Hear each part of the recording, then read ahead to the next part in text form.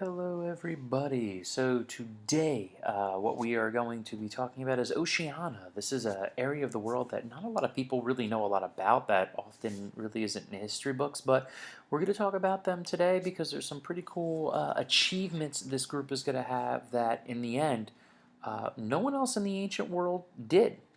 Now, when we talk about Oceania, what are we talking about? As you can see here, it's a variety of different countries, and really what we're looking at is the area off the coast of Southeast Asia, so Indonesia into Australia and New Guinea and New Zealand, and then all across the Pacific Islands. To my personal favorite, the Federated States of Micronesia.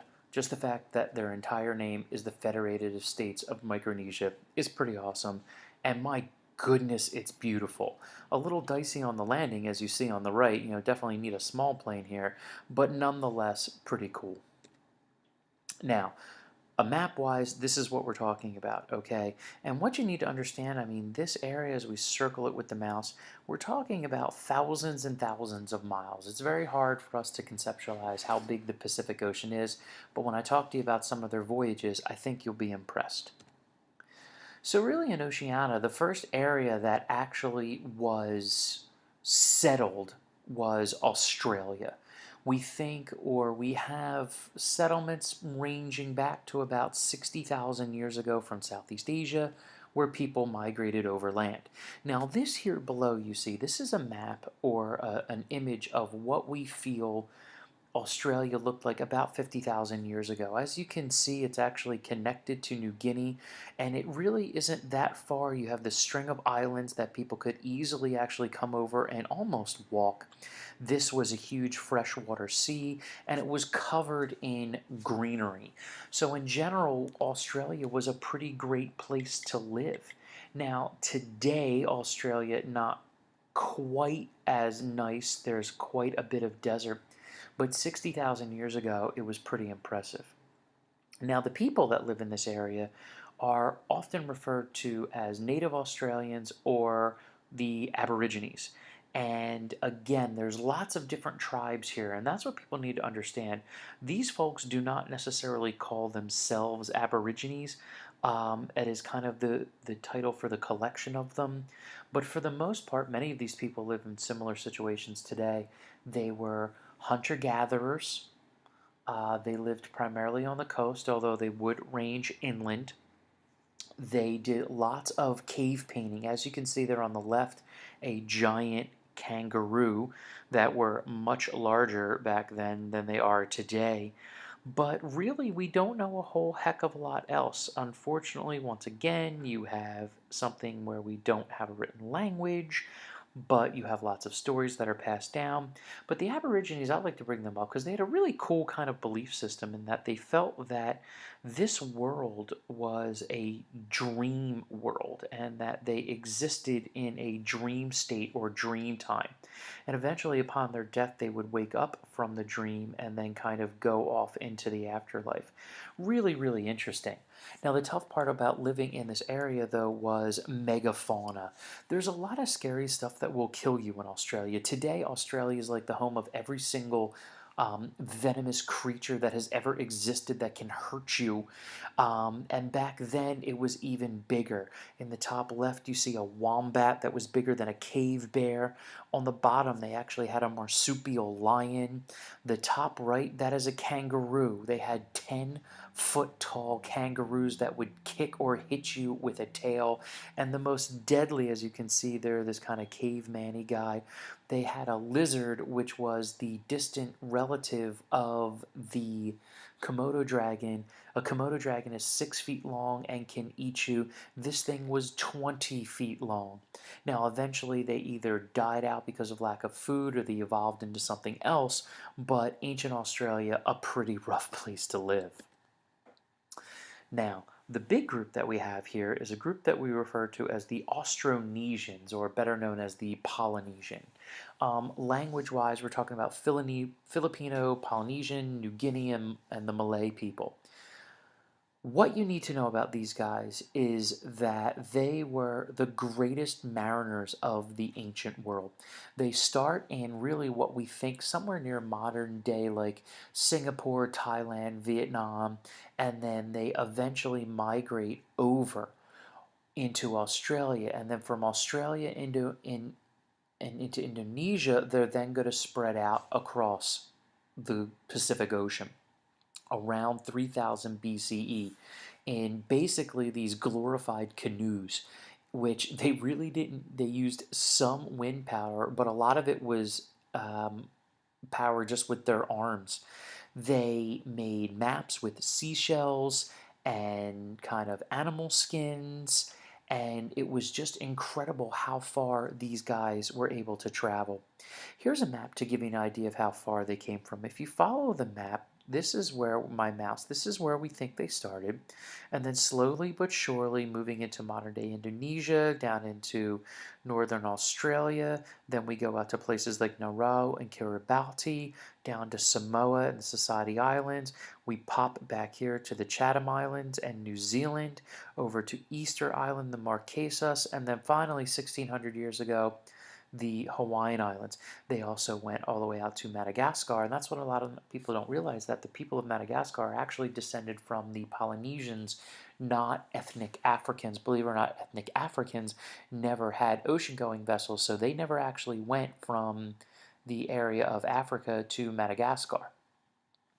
But it's really hard to comprehend how big this is. So this just gives you an idea. So from Indonesia, which is over here, to Micronesia, which is here, that was a distance of 3,097 miles. From New Guinea to Samoa, so here's New Guinea, here's Samoa. Now it doesn't look that big on the map. That's 3,500 miles. That is greater than the size of the United States of America. And then the big one, the other way, when they went Indonesia over to Madagascar, they traveled 4,700 miles. No one could do this. Not the Romans, not the Chinese, not the Egyptians, not the Phoenicians. Nobody. Period. There's also very strong genetic evidence that they actually landed in South America. There's a number of tribes in modern day Chile that we actually have tested genetically, and it looks like they are actually descended from the Polynesians as well. Did that change the societies in South America? No, it actually did not. But nonetheless, these guys were pretty incredible and the strongest and greatest mariners of the ancient world. No one can touch them. And on a side note, ultimately, the Hawaiians invent surfing, which we'll talk about, which they should just get credit for everything anyway. Guys, this is the canoe that they did it in. That little thing, they could travel thousands of miles over open ocean with only the stars to guide them. It's downright absurd. Now, some of them were larger. They actually had some small cattle and goats and chickens that they would transport. They transported crops like palms and taro and sweet potatoes. These are important to know as well, and some forms of yam. So you're talking about they would not only spread their culture and their beliefs, but they would also spread food. And this is important, guys, because they live in islands, so there's only so much food that they actually have. Now, cultural wise, we don't know a lot because once again we have an issue with no real written languages.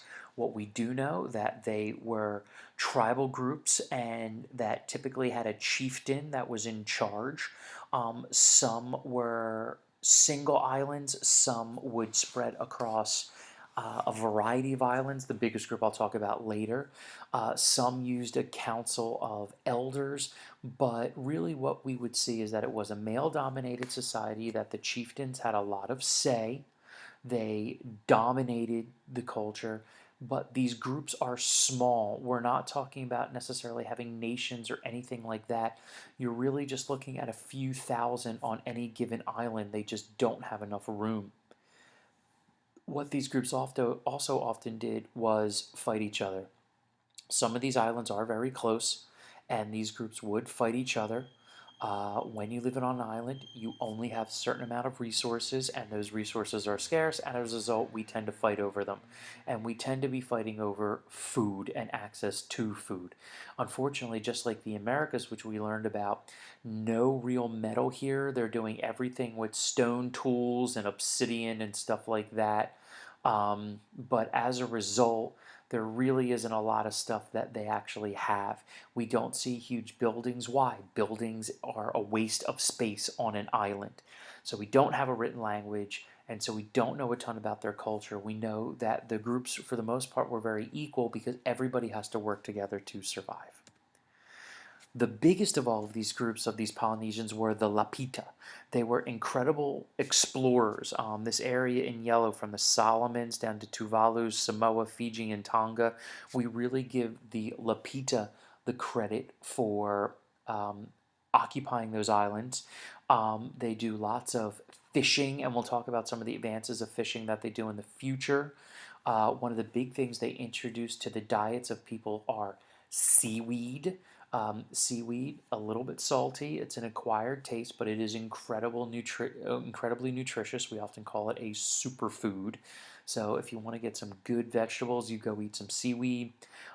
They developed pottery, obsidian tools. But here's the most important thing that you need to understand about the Lapita and the Polynesians in general. These guys were sailing back and forth. They set up trade routes. So the people, the Otaheira and the Cook Islands, would talk to Tonga, would talk to the Solomon, and they would travel thousands of miles bringing back crops and different types of animals. And it really was a fascinating culture. Like I said, I wish we could tell you more. We don't know a ton about them because they don't have a written language. And unfortunately, when the Europeans showed up, they killed a lot of them. But these guys are the mariners. These guys are just this incredible culture, very, very vibrant. Sometimes they fought, sometimes they didn't, but it was a culture that really achieved a lot, and I wish we knew more about them.